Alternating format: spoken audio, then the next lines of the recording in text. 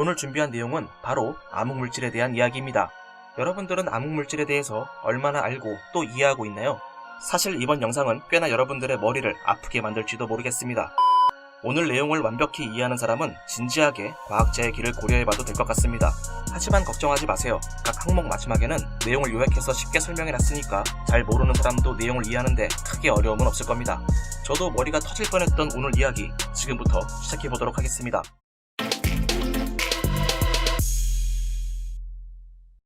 예전부터 지금까지 위대한 과학자들이 그렇게 노력했음에도 불구하고 암흑물질은 아직 많은 부분이 미스터리로 남아있습니다.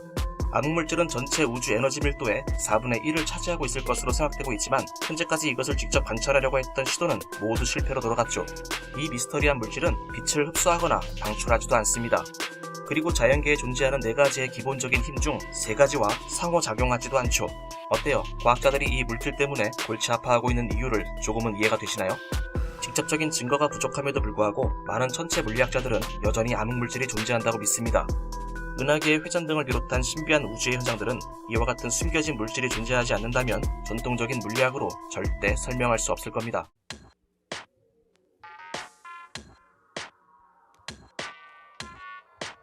퍼지 암흑물질은 비교적 최근에 합류하게 된 새로운 암흑물질의 후보입니다. 예전에는 아주 소수의 과학자들만 관심을 가지고 있었지만 2000년대로 넘어오면서 많은 과학자들의 관심을 받기 시작했죠. 이 물질은 스칼라장 암흑물질, 초경량 액시온 입자, 파동 암흑물질, 유체 암흑물질 등의 다양한 이름을 가지고 있지만 기본적인 이론은 거의 같습니다.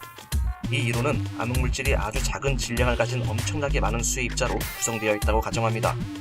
이러한 입자들은 전자보다 약 10의 28승배의 더 가벼운 입자일 것으로 추정하고 있죠. 우주와 같은 매우 낮은 온도에서 이러한 입자들이 서로 합쳐져 보스-아인슈타인 운축으로 알려진 기괴한 물질을 형성하게 됩니다. 여러분들도 아시다시피 하나하나의 작은 입자들은 주변 환경에 거의 영향을 미치지 못합니다.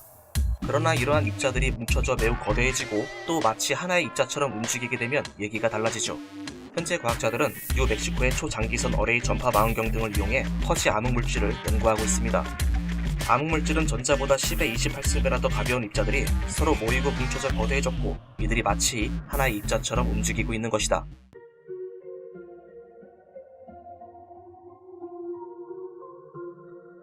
암흑물질을 연구하는 과학자들이 자주 좌절하게 되는 이유는 이 암흑물질이 과학자들의 예측을 거부한다는 것입니다. 컴퓨터 시뮬레이션에 의하면 암흑물질은 정점 분포로 알려진 구조로 구성되어야만 합니다. 즉 암흑물질은 은하의 중심에서 발견되어야 하며 그 대부분은 밀도가 높은 구체에 집중되어야만 합니다. 그리고 그 나머지 암흑물질은 은하 주위에 흩어진 채로 남아있어야 하죠.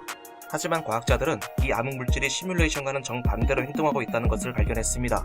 암흑물질이 은하 주위를 둘러싸고 있는 원형 모양의 영역 가장자리를 돌고 있었던 것이죠. 과학자들은 이를 가리켜 핵심 분포라 부르기로 다시 결정했습니다.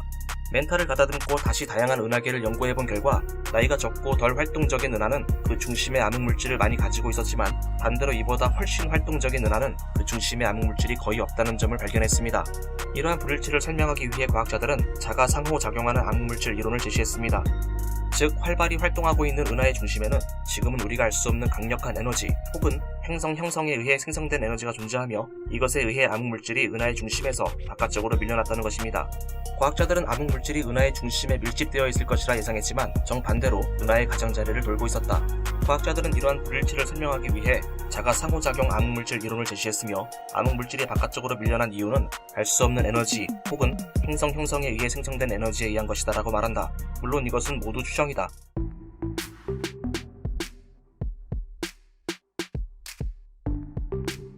중성미자 연구는 현대 물리학에서 가장 매력적인 분야 중 하나입니다. 2015년에 가지타 다카하키와 아서비 맥도널드 박사는 중성미자가 우주를 여행하는 동안 맛을 바꾸고 있다는 것을 증명해 노벨 물리학상을 받았습니다. 중성미자는 전자, 뮤온, 타우라는 3가지 종류의 향료로 구성되어 있는데요. 이러한 향료들이 서로 맛을 바꾸고 있다는 것을 증명한 것이죠. 하지만 이들을 가지고는 암흑물질이라는 요리를 만들기엔 아직 이릅니다. 그래서 일리노이주 페르미 연구소의 과학자들은 4번째 향료인 비활성 중성미자를 준비하고 있죠. 이들이 진행했던 중성미자 가속 실험에서 이 오묘하고 어려운 4번째 맛을 찾기 위해 다양한 입자들을 강력한 빔으로 쪼아댔습니다. 이 과학자들은 수차례의 실험 끝에 2018년 비활성 중성미자의 존재를 암시하는 결과를 얻는 데 성공했고 흥분을 감추지 못했습니다. 이들이 흥분한 이유는 이 비활성 중성미자가 아직 표준 물리학에서 예측하지 못한 새로운 입자였기 때문입니다. 그리고 이 중성미자가 암흑물질의 특성에서부터 우주의 비대칭성에 이르기까지 현대 물리학에서 비워져 있던 퍼즐 조각에 대한 해답을 제시할 수 있기 때문입니다. 그러나 2019년에 보고된 마이너스 플러스 실험에서 이와 반대되는 결과가 나와서 아직 해결해야 할 과제가 많이 남아있는 것도 사실이죠. 최근에는 한국에서도 IBS 지하실험 연구단의 과학자들이 단거리 중성미자 진동 실험 등을 통해 비활성 중성미자를 검출하기 위해 노력하고 있습니다. 중성미자는 암흑물질을 구성하고 있을 것으로 예측되고 있는 아주 강력한 후보이다. 중성미자에는 전자, 뮤온, 타우가 있는데 이들로는 암흑물질을 설명하기 어렵다. 그래서 과학자들은 비활성 중성미자라는 새로운 입자를 연구하고 있다.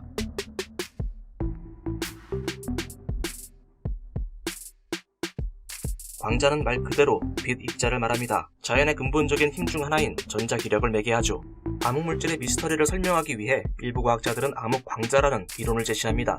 암흑광자는 광자와 비스무리하지만 질량이 극히 낮고 또 반대로 매우 어둡습니다. 이 과학자들은 중력파, 즉 공간과 시간의 구조상에 위치하고 있는 천체들의 파동이 이 작은 입자들을 발견할 수 있게 도와줄 것이라 믿고 있습니다. 암흑광자가 몰래 우주를 떠돌아다니고 있다면 이들의 신호는 라이그와 버그와 같은 매우 민감한 중력파 탐지기들에 의해 분명 포착될 수 있을 겁니다. 그래서 과학자들은 리사라고 하는 최초의 우주 기반 중력파 관측소의 오픈을 기다리고 있는데요. 이 관측소를 사용할 수 있게 된다면 마침내 암흑물질을 향해 한 걸음 더 가까이 다가갈 수 있을 겁니다. 일부 과학자들은 암흑물질이 암흑광자라는 입자로 구성되어 있다고 믿는다.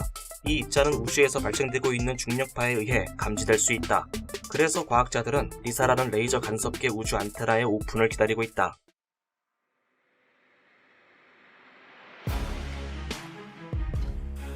과학자들은 오랜 시간 동안 아무리 노력해도 암흑물질을 완벽히 입증할 수 없었습니다. 이유는 간단합니다. 그것이 실제로 존재하는 물질이 아니기 때문이죠. 사실 물리학자들이 과거에 상당히 큰 규모의 실수를 저질렀던 적이 있었는데요. 19세기 우리의 우주는 발광 에테르라는 물질로 가득 차 있다고 알려져 있었습니다.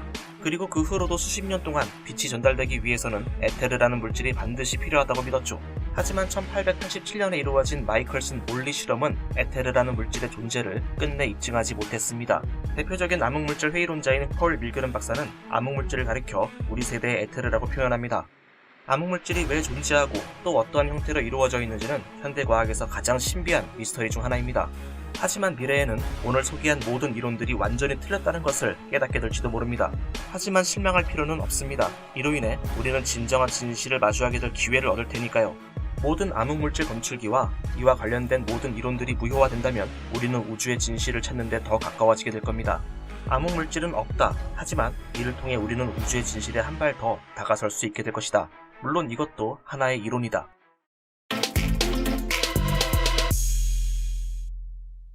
(2025년 11월 26일) 국제학술지 JCAP에 실린 연구 한 편이 전 세계 천문학계를 흔들어 놓았습니다. 일본 도쿄대학교의 토타니 토모노리 교수 연구팀은 미국 항공우주국 나사의 페르미 감마선 우주망원경 자료를 정밀 분석하던 중 우리 은하 중심부를 둘러싼 영역에서 기존의 어떤 천체 물리학적 현상으로도 설명할 수 없는 감마선 성분을 발견했다고 발표했습니다. 이 감마선 신호는 우리가 알고 있는 펄서, 초신성 잔해, 블랙홀 주변의 활동 같은 천체 현상들과는 형태도 다르고 그 분포 역시 너무 매끄럽고 균일해 단순한 천체 집단의 누적 효과라고 보기 어려운 특징을 가지고 있습니다. 연구팀은 이 신호가 기존 우주 모델을 넘어서는 새로운 물리 현상을 암시할 가능성이 있다고 분석했습니다. 이번 연구의 핵심은 페르미 감마선 우주망원경, 즉 페르미 LAT가 지난 10여 년간 축적한 방대한 관측 자료입니다.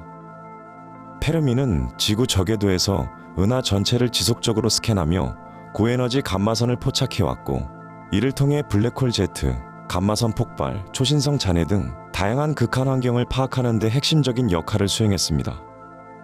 도쿄대 연구팀은 특히 은하 중심 주변의 감마선 데이터를 세밀하게 분리하여 기존에 알려진 천체 기혈을 모두 제거한 뒤 남아있는 감마선 성분의 형태를 분석했습니다.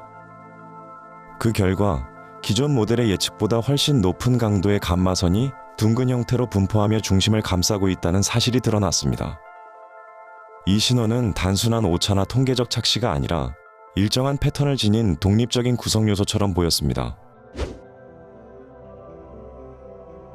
일반적으로 감마선은 초신성 잔해가 만들어내는 충격파나 펄서에서 방출되는 입자 혹은 우주선이 가스구름과 충돌하면서 파이온 디케이 붕괴를 일으킬 때 생성됩니다.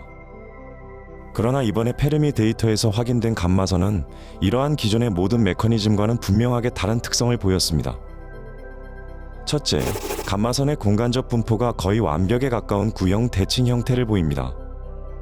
이는 펄서나 초신성 잔해처럼 특정 방향성이나 비대칭 구조를 가지는 천체 현상과는 완전히 다릅니다. 둘째, 감마선의 에너지가 1에서 3 GeV 부근에서 유난히 강한 봉우리를 보이는데 이는 일반적인 우주선 충돌 모델로는 충분히 설명되지 않는 스펙트럼 형태입니다. 셋째, 감마선의 전체 강도가 기존 천체가 기여할 수 있는 양보다 훨씬 크고 특히 은하 중심에서 바깥 방향으로 감소하는 패턴이 매우 정교하게 유지되고 있다는 점도 특징입니다. 이러한 이유로 과학자들은 이 감마선이 단순한 천체 현상의 결과가 아니라 새로운 물리 과정이 개입한 신호일 가능성을 제기하고 있습니다. 천문학자들이 이번 발견에서 가장 주목한 부분은 바로 암흑물질의 가능성입니다. 암흑물질은 우주 전체 질량의 약 85%를 차지하지만 빛을 내거나 흡수하지 않아 직접 관측할 수 없습니다. 그러나 특정 암흑물질 후보, 특히 윈프라는 가설상의 입자는 쌍소멸 과정을 거치면서 감마선을 생성할 수 있습니다.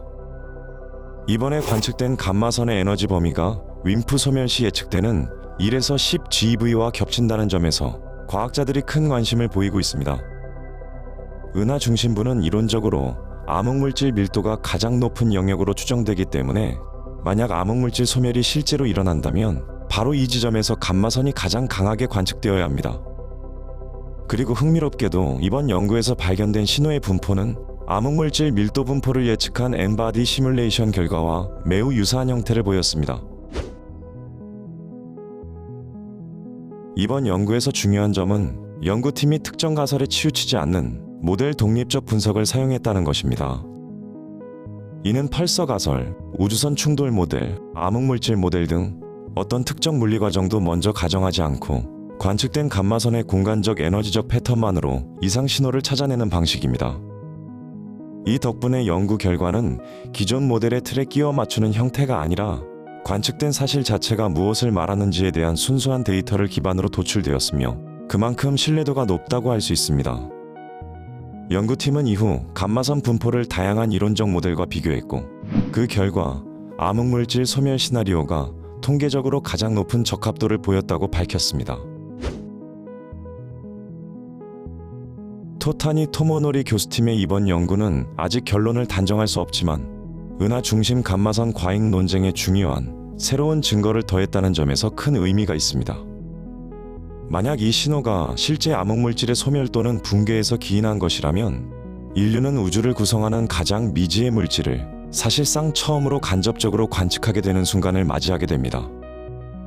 또한 이번 발견은 향후 체렌코프 망원경 배열이나 차세대 우주 감마선 관측 위성 등 새로운 관측 장비가 집중해야 할 에너지 영역을 명확하게 제시한다는 점에서도 중요합니다.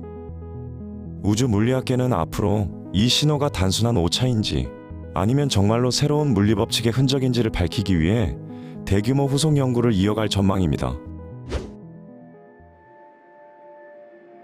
우리가 일부 비밀을 풀었다고 생각했던 우주는 여전히 그것이 정답인지 아닌지 알려주지 않고 거대한 미지의 영역을 품고 있습니다. 도쿄대 연구팀이 포착한 이번 감마선 신호는 우주가 아직 우리가 이해하지 못한 물리 과정을 더 많이 숨기고 있다는 사실을 보여주는 흥미로운 단서입니다. 이 신호의 정체가 새롭게 발견된 천체인지, 기존 모델의 허점을 드러낸 현상인지, 혹은 인류가 처음 찾아낸 암흑물질의 흔적인지 그 정확한 답은 앞으로의 연구가 밝혀낼 것입니다. 하지만 분명한 것은 이번 발견이 앞으로의 10년, 어쩌면 그 이상 동안 우주 연구의 중요한 화두로 남게 될 것이라는 점입니다.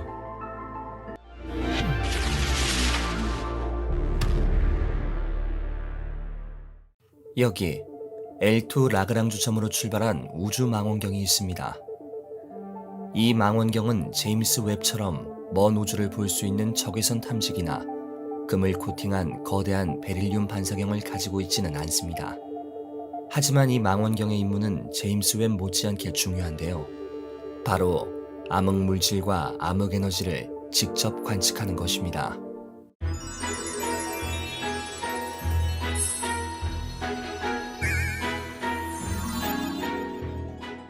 1930년대 스위스의 천문학자 프리츠 츠비키는 지구에서 약 3.2억 광년 떨어진 머리털자리 은하단을 관측하고 있던 중 설명하기 어려운 사실을 발견합니다. 바로 은하의 운동 속도를 관측하여 도출한 질량이 은하의 밝기, 즉 광학적 관측을 통해 도출한 은하의 질량보다 약 400배가량 무거웠던 것입니다. 만약 이 은하의 실제 질량이 광학적 관측을 한 은하의 질량과 같을 경우엔 은하단의 바깥쪽에 존재하는 은하들은 은하단 밖으로 튕겨져 나가야 했지만 빠른 속도로 은하단 내에서 돌고 있을 뿐이었습니다. 따라서 그는 이 머리털자리 은하단에 빠른 속도의 은하들을 붙잡을 정도의 중력 상호작용을 하는 눈에 보이지 않는 어떤 물질, 즉 암흑물질이 있는 것이 아닐까 추론했습니다. 1970년대 미국의 천문학자 베라 루빈은 한 은하 안에서 비슷한 결과를 관측합니다.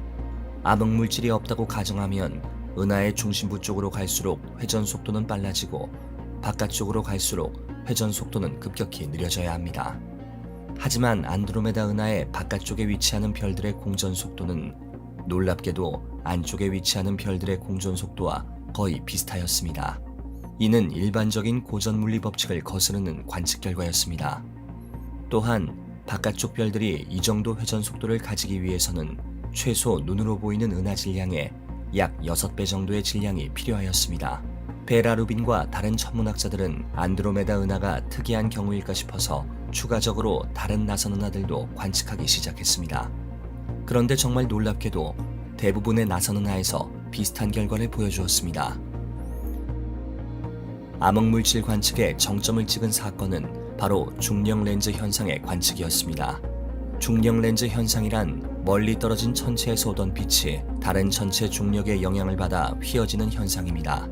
문제는 빛이 휘어지는 정도가 예상보다 더 크게 측정되었다는 것입니다. 이 관측 결과로 우주에는 우리가 눈으로 볼 수 없지만 중력과 상호작용하는 물질이 존재한다고 생각되는 것이죠. 이러한 물질을 과학자들은 암흑물질이라고 불렀습니다. 암흑에너지는 이러한 암흑물질과 반대되는 특성을 가진 물질입니다. 암흑물질은 끌어당기지만 암흑에너지는 반대로 밀어내는 특징을 가지고 있습니다. 암흑에너지가 실질적으로 대두되기 시작한 것은 천문학자 에드윈 허블이 처음으로 우주가 팽창한다는 사실을 밝혀낸 1930년대였습니다. 허블의 관측 결과 지구에서 멀리 떨어져 있는 은하일수록 더욱 빠르게 멀어졌는데 이를 설명하기 위해서는 중력을 거스르는 에너지원이 필요했습니다. 1990년대 미국의 사울 펄무터 박사와 오스트레일리아의 브라이언 슈미트 박사 연구팀은 우주의 팽창 속도가 예전보다 더욱 가속되었다는 사실을 밝혀냈습니다. 공기가 없는 하늘에서 땅으로 자유낙하하는 공이 중력에 의해 점점 빨라지듯이 우주의 천체들도 멀어지면 멀어질수록 이들을 더 빠르게 멀어지게 하는 힘이 있어야 했던 것입니다. 연구팀은 허블의 관측 결과와 자신들의 관측 결과를 설명할 수 있는 미지의 에너지를 암흑에너지라고 이름 붙이게 되었습니다.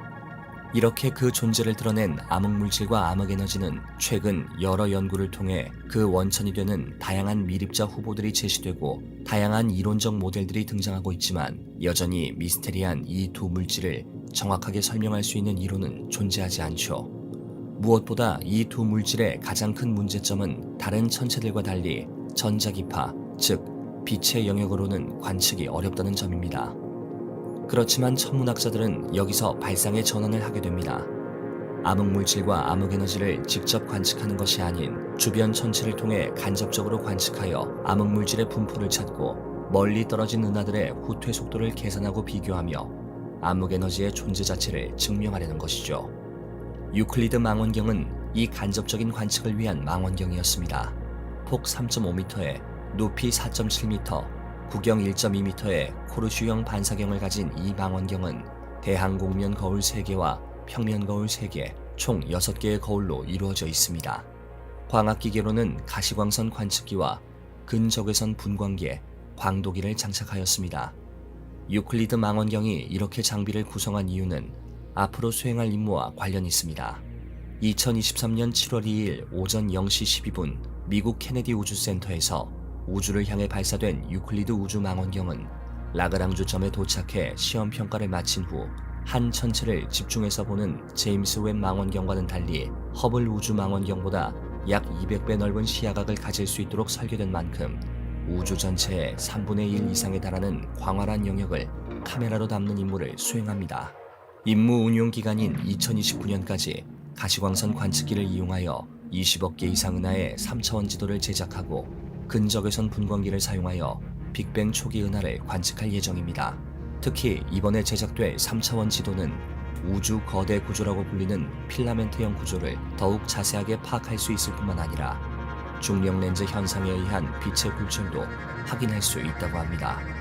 유클리드 우주 망원경은 오는 2023년 10월 첫 관측 이미지를 공개할 예정이며 주요 관측 데이터는 2025년, 2027년, 2030년에 순차적으로 공개될 예정이라고 합니다. 그동안 베일에 쌓여있던 우주의 미스테리 암흑물질과 암흑에너지, 유클리드 망원경이 그 비밀을 밝혀주길 기대합니다.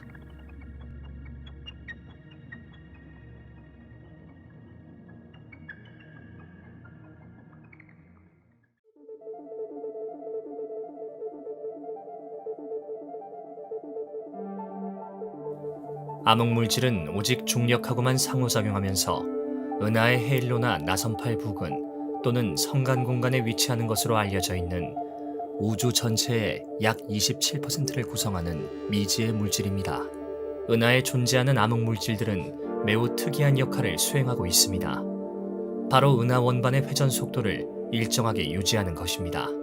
따라서 은하 원반의 회전 속도와 지구에서 그 은하 원반을 바라보는 시선 속도 등을 계산하면 그 은하에 얼마나 많은 암흑물질이 존재하는지 알 수 있습니다. 이러한 특징을 바탕으로 지금까지 은하 원반의 회전 속도를 관측한 결과 대부분의 은하에서는 비슷한 밀도의 암흑물질이 발견되었습니다. 따라서 천문학자들은 우주에 존재하는 거의 모든 은하에 암흑물질이 존재하는 것을 당연하게 여겼습니다. 그런데 최근 한 연구에서 모든 은하들이 암흑물질을 갖고 있지 않다는 관점이 제시되었습니다.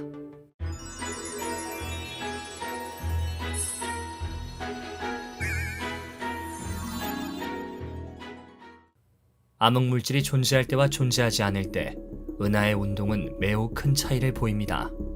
원반 은하의 회전 속도를 나타내는 그래프를 회전곡선이라고 하는데 회전곡선의 가로축은 중심으로부터의 거리를, 세로축은 회전 속도를 뜻합니다. 암흑물질이 존재하지 않을 때 회전곡선을 살펴보면 은하의 중심에서 멀어질수록 회전 속도가 감소하는 경향을 보입니다. 뉴턴 역학에서 중심을 도는 위성체의 회전 속도는 반지름의 루트에 반비례하고 질량의 루트에 비례하기 때문입니다. 만약 은하에 암흑물질이 없다고 가정하면 질량은 상수값이 되기 때문에 회전 속도는 오직 반지름에만 의존하게 됩니다. 따라서 은하 바깥쪽으로 갈수록 회전 속도는 감소해야 되는 것이죠. 하지만 지금까지 관측된 은하에서는 은하 중심부와 은하 바깥쪽의 회전 속도가 비슷했습니다. 암흑물질이라는 중력과 상호작용하는 질량을 지닌 물질이 존재했기 때문이죠. 연구팀은 페르세우스 자리에 위치한 고대 은하인 NGC 1277과 1278을 관측한 결과를 사용하였습니다. 이 중 NGC 1277은 그 중에서도 매우 특이한 고대 은하입니다. 왜냐하면 이 은하는 약 100억 년 전에 태어난 별들만 존재하고 은하 내부에서의 별의 생성이 일어나지 않기 때문입니다. 이렇게 별이 생성되지 않는 이유는 NGC 1277이 시속 320만 킬로미터의 속력으로 은하단을 통과하여 다른 은하와 합병하여 별을 모으거나 주변의 성간물질을 가져오지 못했기 때문입니다. 그러나 이는 다시 말하면 NGC 1277의 내부 구조는 큰 변화 없이 매우 안정적이라는 뜻입니다. 연구팀은 우선 이러한 NGC 1277과 그 옆에 NGC 1278의 시선 속도와 회전 속도를 관측하였습니다. 이후 관측한 데이터를 바탕으로 은하의 회전 곡선을 작성하였습니다. 그런데 무언가 매우 특이한 점이 발견되었습니다. NGC 1277과 1278의 그래프가 매우 다른 모습을 보인다는 것입니다. NGC 1277의 그래프는 앞서 보았던 은하의 회전 곡선에서 암흑물질이 없을 때와 비슷하게 거리가 멀어질수록 회전 속도가 감소하는 모습을 보이며, 반대로 NGC 1278의 그래프는 암흑물질이 존재할 때와 같이 은하 안쪽과 바깥쪽의 회전 속도 평균에 대한 분산이 거의 일정하게 유지되는 모습을 보여주고 있는 것입니다.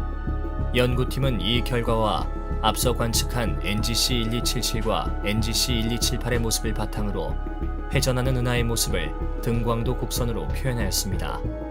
이러한 결과들을 분석한 결과 연구팀은 하나의 매우 큰 사실을 발견할 수 있었습니다. 바로 NGC 1277의 관측 반경 내의 암흑물질의 비율이 최대 약 5%밖에 되지 않는다는 사실이었습니다. 이는 일반적으로 NGC 1277 정도의 질량을 가진 은하가 적어도 질량의 10% 이상을 암흑물질로 갖는다는 것을 생각하면 겨우 반밖에 안 되는 매우 적은 수치였습니다. 따라서 연구진들은 NGC 1277은 암흑물질이 거의 없는 은하라고 결론지었습니다. 연구진은 이에 대해 두 가지 해석을 제시하였습니다. 우선 이 은하가 위치한 페르세우스 은하단의 주변 은하와 천체들의 중력적 상호작용으로 인해 암흑물질이 제거됐다는 것이며, 두 번째 해석은 처음 원시 은하일 때부터 모종의 이유로 인해 암흑물질이 존재하지 않는다는 가설입니다. 그러나 두 가설 모두 그 이유를 명쾌하게 설명하지 못한다는 한계점을 가지고 있습니다. 만약 이러한 은하가 추가적으로 다수 발견된다면 우주와 은하 형성, 그리고 암흑물질의 구성에 대한 전반적인 이론 전체를 수정해야 할 수도 있습니다. 왜 이 은하는 암흑물질을 가지고 있지 않는 걸까요?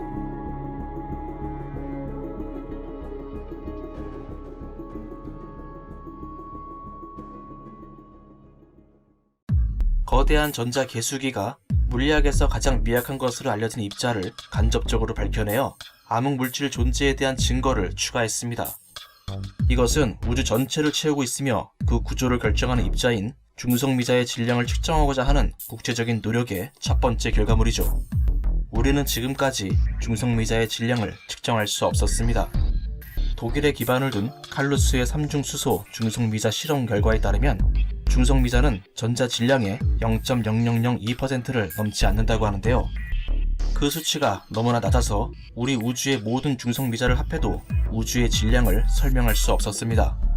그리고 이러한 사실은 암흑물질의 존재에 대한 믿음을 더욱 견고하게 만들어 주었죠. 카트린은 기본적으로 방사성 형태의 수소인 3중 수소 샘플에서 터져나오는 초고 에너지의 전자를 계산하기 위해 설계된 매우 거대한 기계입니다. 중성미자는 질량이 거의 없고 상호작용하지도 않은 채 감지기를 건너뛰는 경향이 있기 때문에 이를 직접 측정하는 것은 거의 불가능합니다. 그래서 카트린은 먼저 가장 활발한 전자들의 수를 센 뒤 그렇게 측정된 전자들을 이용해 중성미자의 질량을 역추론하게 되었죠. 이러한 방법으로 중성미자의 질량을 측정해본 결과 중성미자의 질량이 1.1 전자볼트를 넘지 않는 것으로 확인되었습니다. 전자볼트는 우주에서 가장 작은 것들에 대해서 이야기할 때 과학자들이 많이 사용하는 단위인데요.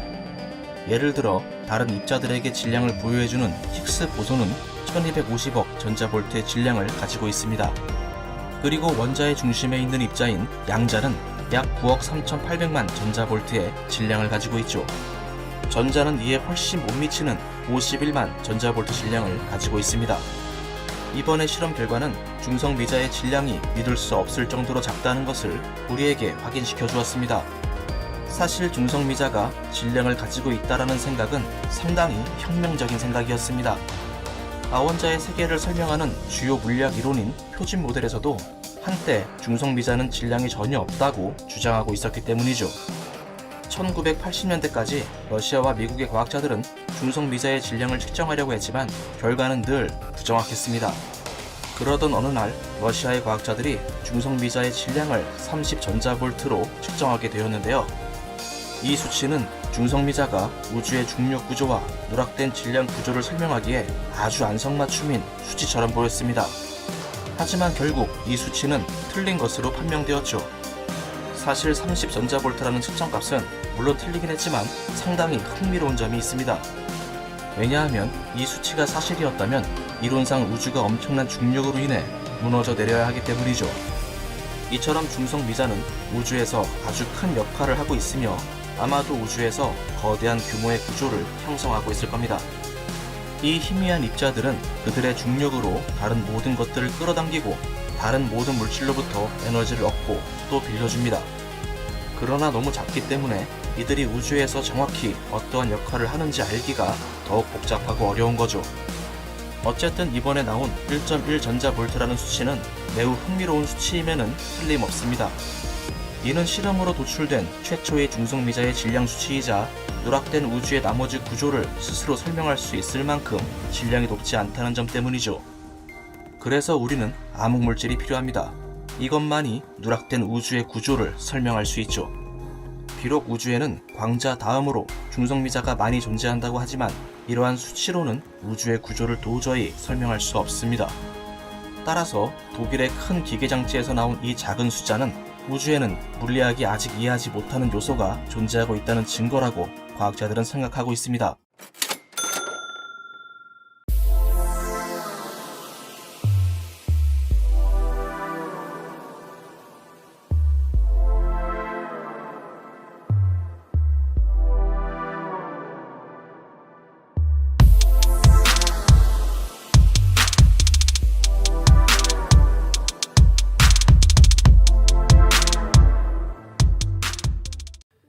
뉴턴 역학은 고전 물리학의 뼈대를 이루는 가장 중심적인 이론입니다. 질량이 있는 두 물체 사이에는 두 물체의 질량의 곱에 비례하고 두 물체 간의 거리의 제곱에 반비례하는 당기는 힘이 작용한다 라는 만류 인력의 법칙을 확장시켜 일상적인 영역의 현상들은 물론 태양계 행성들의 운동 같은 거대한 스케일까지 성공적으로 물체의 운동을 설명하였죠. 이는 16세기에서 17세기 사이 천문학을 비롯한 과학의 엄청난 발전을 이끈 하나의 거대한 축이 되었습니다. 그러나 완벽할 것 같았던 뉴턴 역학도 설명하지 못하는 영역이 존재하였습니다. 바로 태양계 행성들의 운동을 벗어나 은하의 운동 또는 장주기 쌍성계의 움직임 등 거시 규모의 영역이나 몇 나노미터 이하의 원자나 전자 등 양자의 움직임을 설명하는 미시 규모의 영역에서는 뉴턴 역학이 성립하지 않았던 것이죠. 거시 규모에서의 역학은 아인슈타인의 상대성 이론에, 미시 규모에서의 역학은 양자 역학에 자리를 내어주게 되었죠. 문제는 아인슈타인의 상대성 이론 또한 완벽하지 않다는 점이었습니다. 그래서 천문학자들은 은하의 운동과 별들의 움직임을 표현하기 위해 미지의 물질인 암흑물질과 암흑에너지를 도입할 수밖에 없었죠.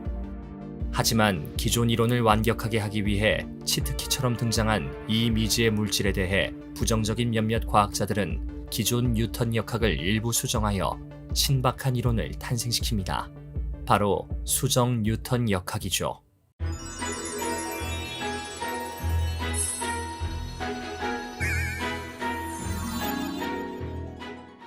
먼저 뉴턴 역학에서 은하 가장자리의 중력은 거리 제곱의 반비례해서 약해져야 합니다. 하지만 실제 은하에서의 움직임은 중심과 가장자리에서의 별들의 공전 속도가 비슷했던 거죠. 암흑물질은 이러한 움직임을 설명하기 위해 도입된 존재였습니다. 하지만 치트키 같은 암흑물질 존재에 부정적이던 과학자들은 은하 가장자리의 중력이 기존처럼 거리 제곱에 반비례하는 것이 아닌 기존에 우리가 생각했던 것보다 더 강한 중력이 작용하는 게 아닐까 하며 탄생한 것이 수정 뉴턴 역학입니다. 현재 이 수정 뉴턴 역학으로 약 150여 개의 은하의 회전 속도를 암흑물질의 도입 없이 설명하는 데 성공하였습니다. 최근 세종대 물리천문학과의 최규현 교수 연구팀은 긴 주기를 갖는 두 별의 움직임이 있는 장주기 쌍성계에서도 수정 뉴턴 역학이 성립한다는 것을 밝혀냈습니다. 연구를 위해 최규현 교수 연구팀은 미국 하버드 대학교의 카림 엘바드리 박사의 도움으로 650광년 이내에 26,500여 개의 장주기 쌍성에 대한 유럽 항공우주국의 가이아 우주망원경의 최신 데이터를 사용할 수 있었습니다. 최 교수는 중력이 가속도임에 주목하여 쌍성이 경험하는 가속도를 정확하게 계산하는 새로운 파이썬 코드를 개발하였습니다. 특히 장주기 쌍성에 주목했던 이유는 암흑물질의 영향을 거의 받지 않고 대부분 서로의 중력의 영향만 받는다는 점이었습니다. 연구팀은 이러한 점을 바탕으로 수정 뉴턴 역학에서 계산한 가속도와 뉴턴 역학에서 계산된 데이터를 비교하였습니다. 데이터를 비교한 결과 수정 뉴턴 역학으로 계산한 쌍성계의 움직임은 일반적인 뉴턴 역학으로 계산한 값보다 그 움직임을 더욱 잘 설명한다는 사실을 확인할 수 있었습니다. 이러한 연구 결과는 수정 뉴턴 역학이 또 하나의 천체 현상을 성공적으로 설명하였다는 점에서 매우 큰 의의가 있습니다. 물론 수정 뉴턴 역학만으로 우주 거대 구조나 블랙홀의 움직임들을 완벽하게 설명할 수 없습니다. 또한 암흑물질이나 암흑에너지가 존재하지 않는다를 가정해두고 전개된 이론이기 때문에 관측 기술이 발달하여 암흑물질의 존재가 확실시된다면 존립할 수 없는 한계점이 분명한 이론이기 때문입니다. 과연 아인슈타인과 뉴턴, 우주의 보편적인 법칙의 타이틀을 거머쥘 사람은 누구일까요?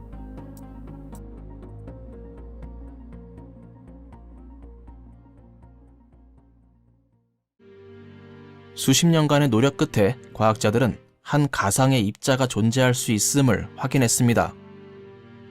총 6개의 쿼크로 구성되어 있는 아주 괴상한 이 가상의 입자의 이름은 섹사 쿼크라고 하는데요.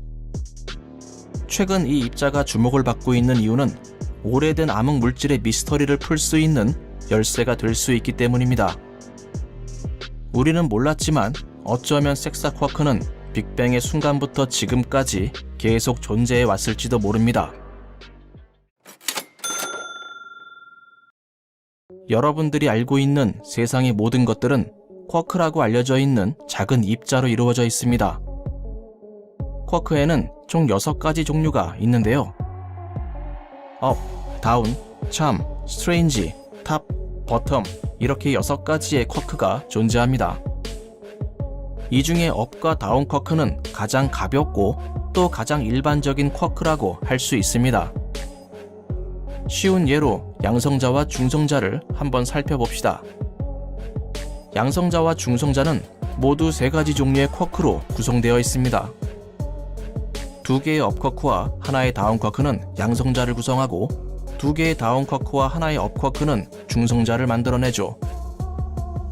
이렇듯 쿼크는 업다운 쿼크 3개가 한계조를 이루는 것을 아주 좋아합니다.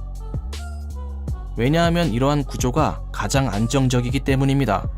그래서 가장 일반적인 구성이기도 하죠.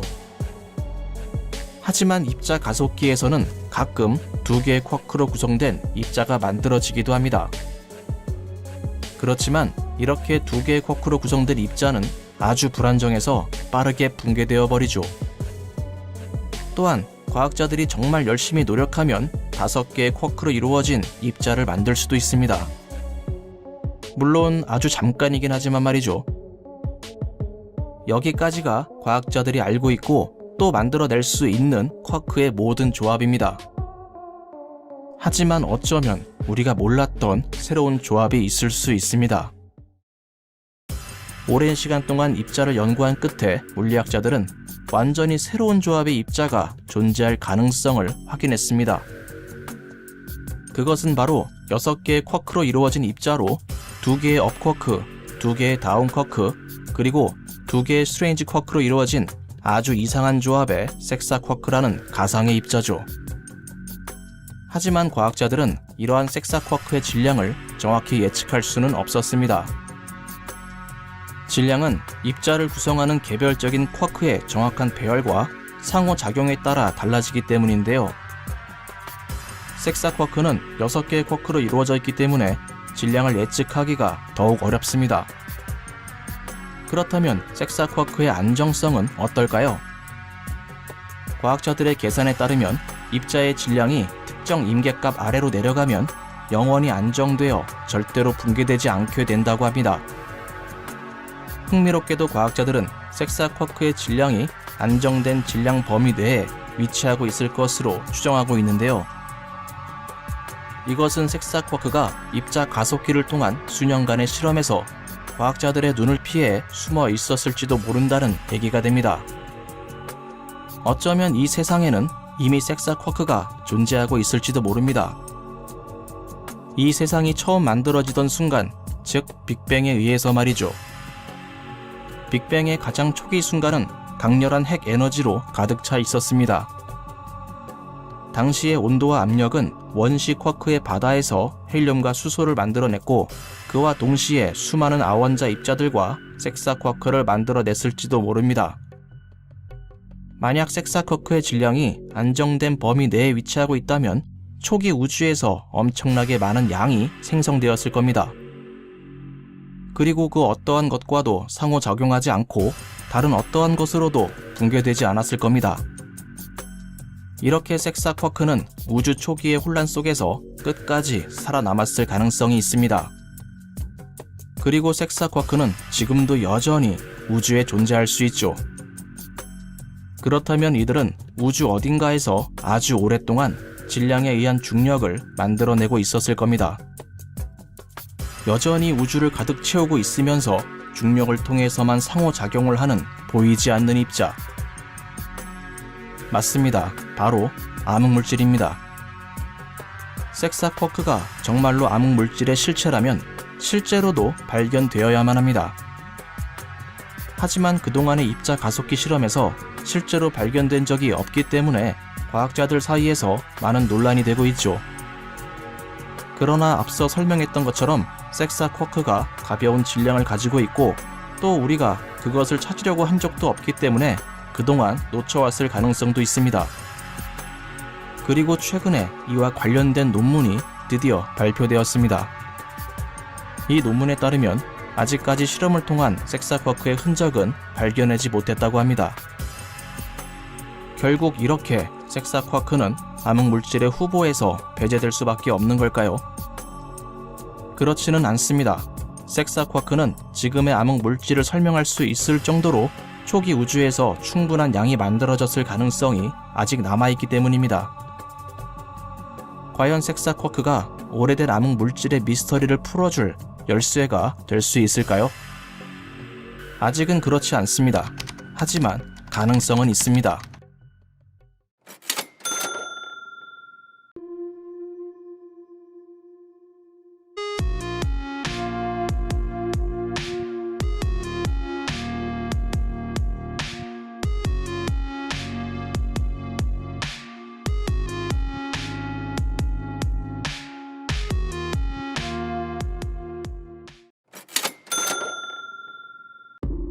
(1930년대에) 프리즈 치비키라는 스위스의 천문학자는 먼 성단의 은하들이 그들이 가지고 있는 질량에 비해 훨씬 더 빠르게 서로를 돌고 있다는 것을 눈치챘습니다. 그는 보이지 않는 물질, 이른바 암흑물질이 이 은하들을 서로 끌어당기고 있을 것이라 제안했죠. 그 이후로 과학자들은 이 신비한 물질이 우주 전체에서 발견될 수 있으며 별과 사람과 같은 것들을 구성하는 일반적인 물질보다 6배나 더 많다는 것을 확인했습니다. 그러나 우주 전체에 암흑물질이 존재할 것이라 확신했던 과학자들은 지금까지도 여전히 머리를 긁고 있습니다.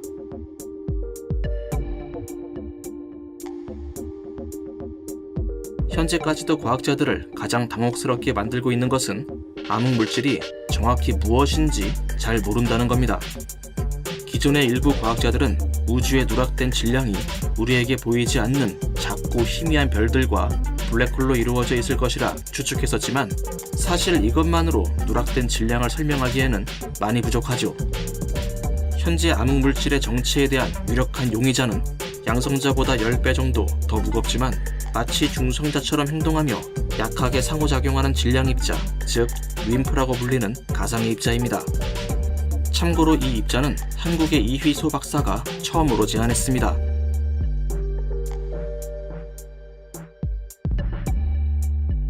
만약 암흑물질의 정체가 윈프 입자라면 우리는 이들을 볼 수 없으며 감지할 수도 없어야 합니다. 이들은 일반적인 물질과 거의 상호작용하진 않지만 우주를 여행할 때 양성자나 전자와 같은 일반적인 입자와 부딪힐 수 있는 약간의 가능성은 남아있죠. 그래서 과학자들은 전 세계 곳곳이야 깊숙한 곳에 암흑물질과 일반 입자와의 충돌을 모방할 수 있는 실험실을 만들었습니다.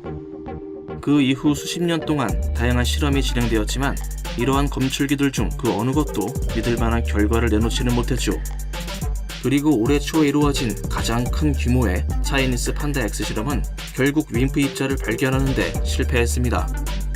연구팀은 사실 윈프 입자는 존재하지 않을 수도 있으며 암흑물질 입자가 윈프보다 훨씬 더 작거나 연구를 진행할 수 있는 방식으로 행동하지 않을 수 있다고 결론 내렸습니다.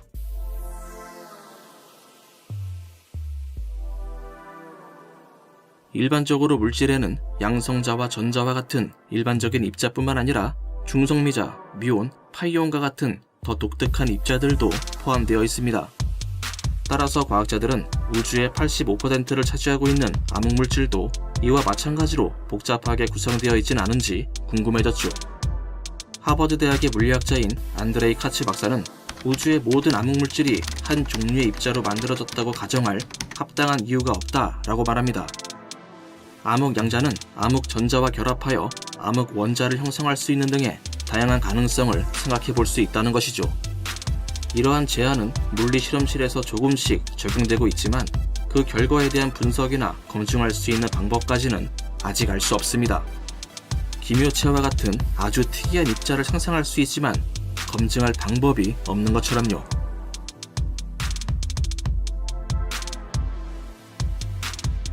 암흑물질은 자신에게 포함된 추가적인 입자들에 의해 일반적인 물질과 유사한 힘을 가지고 있을 가능성이 있습니다.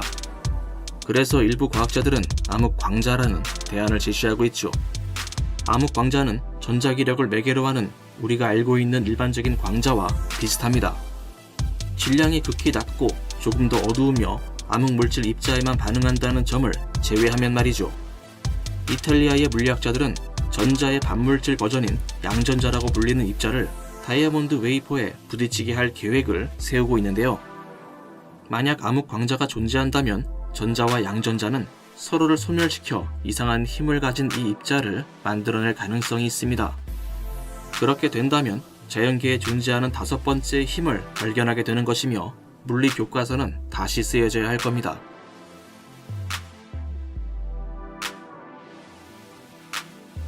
물리학자들의 윈프에 대한 사랑이 조금씩 식어가면서 다른 암흑물질 후보 입자들이 서서히 인기를 얻고 있습니다. 주요 후보 중 하나는 엑시온이라는 가상의 입자인데요. 아마도 이 입자는 엄청나게 가벼울 겁니다. 현재 과학자들은 여러가지 실험을 통해 엑시온을 찾고 있죠. 최근의 컴퓨터 시뮬레이션은 이러한 엑시온이 별과 같은 물체를 형성할 수 있는 가능성을 제기했습니다. 그리고 엑시온이 만들어낸 물체가 중성자 별과 충돌하게 되면 강력한 고속 전파 폭발과 같은 신호를 발생시킬 수 있죠. 엑시온이 정말로 존재한다면 오랫동안 과학자들의 머리를 아프게 만들었던 고속 전파 폭발의 미스터리도 함께 풀리게 될 겁니다.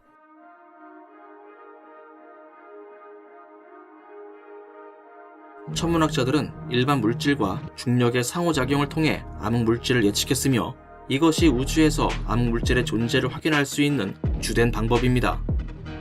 그리고 과학자들은 오랜 시간 동안 암흑물질의 진정한 본질을 이해하려고 노력했지만 참으로 놀라울 정도로 별로 진전된 것이 없죠. 일부 이론에 따르면 암흑물질은 입자와 반입자로 구성되어 있는데 이는 두 암흑물질이 만나면 서로 소멸하게 된다는 것을 의미합니다. 2011년부터 국제우주정거장에서 이루어지고 있는 알파 자기 분광기 실험은 이들의 소멸 징후를 찾고 있으며 이미 수십만 개의 신호를 탐지하는 데 성공했죠. 하지만 과학자들은 여전히 이러한 신호들이 암흑물질에서 나온 것인지 확신하지 못하고 있으며 결국 이 신호는 암흑물질이 정확히 무엇인지를 규명하는 데 전혀 도움을 주지 못하고 있습니다.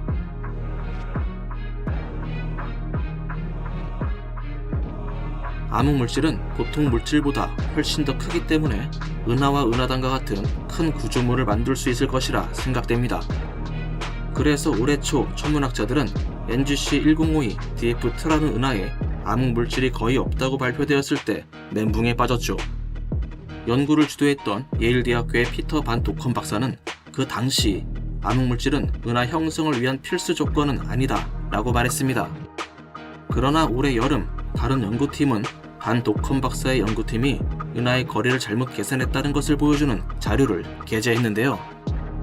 이 은하가 생각했던 것보다 지구에서 더 가까웠고 또 훨씬 더 작았기 때문에 기존에 측정된 질량의 일정 부분이 남게 되는데 이것이 바로 암흑물질이 존재한다는 증거라는 겁니다.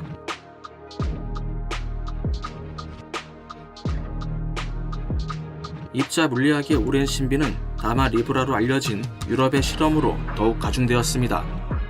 이탈리아의 그란사소산 아래 지하 광산에 위치한 이 검출기는 암흑물질 입자의 주기적인 진동을 찾고 있는데요. 이 진동은 지구가 태양의 주위를 돌 때 태양계를 둘러싸고 있는 암흑물질에 의해 발생할 수 있으며, 이러한 진동을 가리켜 암흑물질 바람이라고도 부릅니다. 이는 우리가 달리고 있는 자동차의 창문 밖으로 손을 내밀었을 때 바람에 의해 손이 떨리는 진동과도 비슷하다고 할 수 있죠. 1997년 이래로 다마 리브라 실험은 이러한 진동을 정확히 감지했다고 주장했지만 그 외의 다른 실험에서는 한 번도 확인된 적이 없습니다.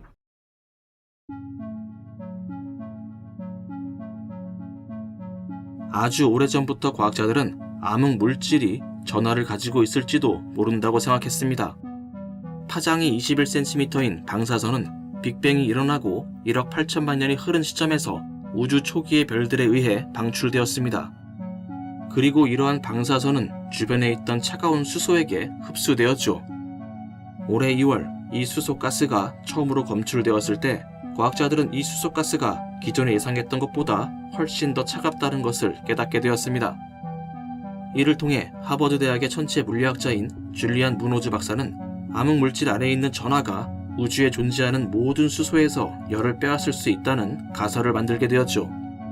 하지만 이러한 가설은 아직 정확하게 입증되지는 않았습니다.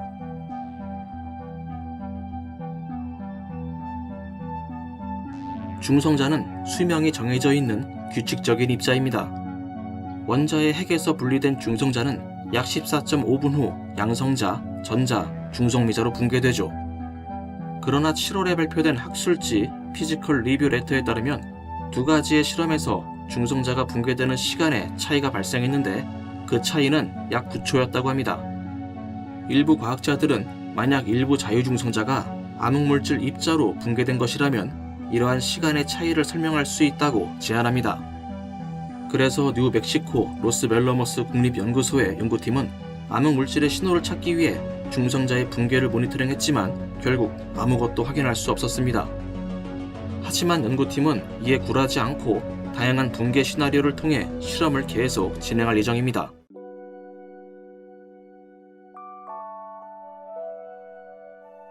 과학자들이 암흑물질을 탐지하고 설명하는 데 많은 어려움을 겪고 있다는 점에서 우리들은 혹시 이들이 잘못된 방향으로 가고 있는 것은 아닌가라는 의문이 들 수 있습니다. 그동안 소수의 물리학자들은 단순히 우리의 중력 이론이 부정확할 뿐이고 근본적인 힘은 우리가 생각했던 것과 다르게 작용한다고 주장했죠. 흔히 수정 뉴턴 역학 또는 몬드 모델로 알려진 이러한 제안은 암흑물질은 존재하지 않으며 별과 은하가 서로를 매우 빠르게 회전하여 발생되는 놀라운 중력의 결과라고 주장합니다. 물리학자인 돈 링컨은 암흑물질은 여전히 확인되지 않은 모델이다 라고 말합니다.